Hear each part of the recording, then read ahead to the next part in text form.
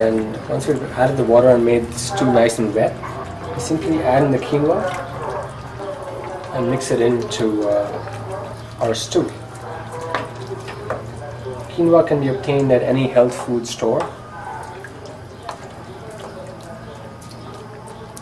It also goes sometimes under the name of amaranth. And with this, our preparation is basically finished. We turn off the flame and cover it and let it sit, and the quinoa cooks in the heat of the vessel. If you notice, we added just a little bit of salt in the beginning because different people here have different tastes for salt. So salt can always be added at the end. It's always better to put less salt than more. And in about 10 minutes, the quinoa will be done and this will be ready to serve. Hare Krishna.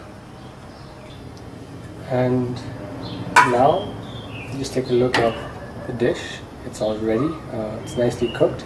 The potatoes are not too mashed up. All the vegetables have retained their shape. And this dish is now ready to be offered to Krishna. And after that, to the devotees. Hare Krishna.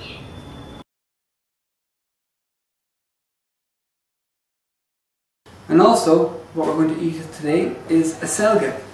And Acelga was Lord Chaitanya's favourite dish. So what we do with the Acelga, we bring it to the sink, we fill the sink with water, and all bits of dust and bits of stones will fall off the Acelga and sit at the bottom of the sink, so the Acelga will be nice and clean for preparing.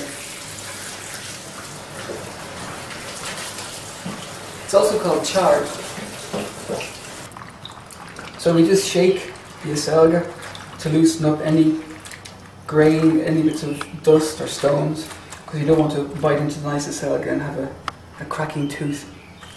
The great thing about Acelga is it's so simple and so nice that you don't need very little ingredients. A little bit of salt and a tiny bit of hing, and the Acelga does all the magic for you.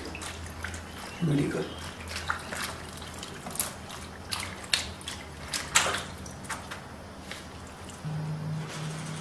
Okay, Acelga washed.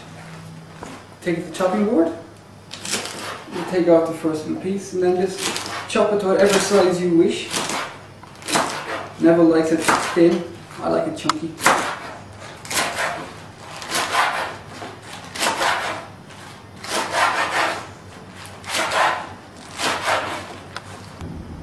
Hare Krishna. So over at the cooker we have a pot, a little bit of salt, just a sprinkle in, not too much, up to yourself. Some hing. Don't tell Uddhava, he doesn't like hing too much. So we just pinch a little bit of hing into it, not a lot. Simplicity is the trick to this dish. And a little bit of water as well. Not too much either, because there's a lot of moisture in the leaves, and when it cooks down, the moisture will be released. It'll be very nice. So, and then add the saline. So add the Acelga to the pot, and in maybe 2 or 3 minutes this will reduce down, and you can add more to it and more to it, and keep adding until you have enough, as much as you want. Okay, so it's been cooking for a few minutes, and as you can see it's gone down a little bit, so we just add a little bit more. Just keep an eye on it. It just keeps going further and further down, and you just keep adding a bit more and a bit more until it's all gone and nicely cooked down.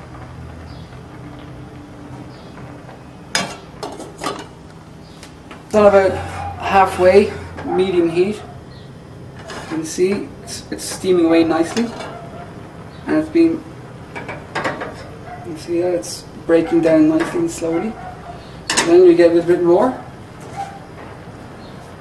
put it back on top, and same again, cover it over and let it reduce down.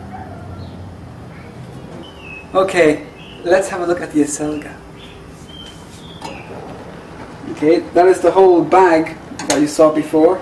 It's reduced down, reducing. So we put in 2 tomatoes just on top.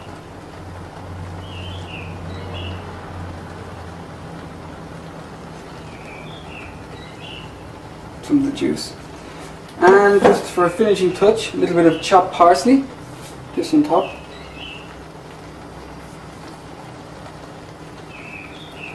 Okay. And then we just cover it over again. Reduce the heat a little bit to a simmer.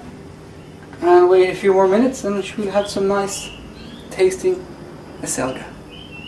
Hare Krishna. Okay, a few minutes have gone by, and as you can see, tomatoes are nicely broken down. It's bubbling away nicely. Everything seems to be doing what it should be doing. So maybe a few more minutes and this should be ready to offer to Krishna and serve to the devotees. Hare Krishna.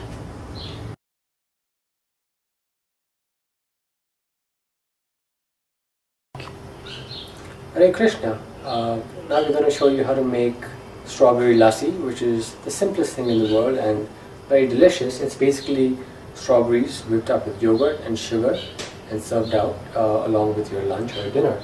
So you see here I have about a pound of strawberries and I'm simply chopping them up and putting them into a blender. If you have one of those really large blenders, you don't even need to chop them up. Just get the leaves off.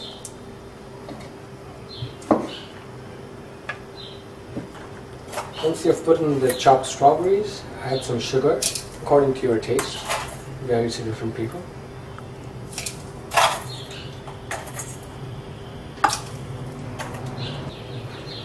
We add some freshly homemade yogurt.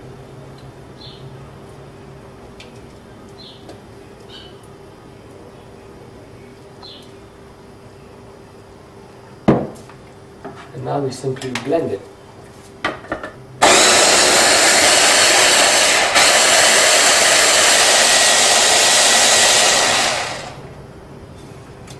And that is pretty much it.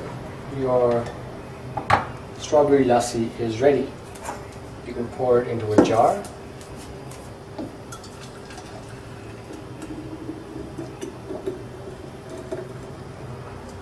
And you can keep it cold in a refrigerator until you're ready to eat it. Drink it with your lunch. You can make this with any fruit. We use strawberries, nectarines, peaches, bananas, anything that you can think of, apples. You can mix them up, mix up different fruits, just go crazy with it. And it's very delicious and very easy to make and very healthy because it comes from milk. Hare Krishna.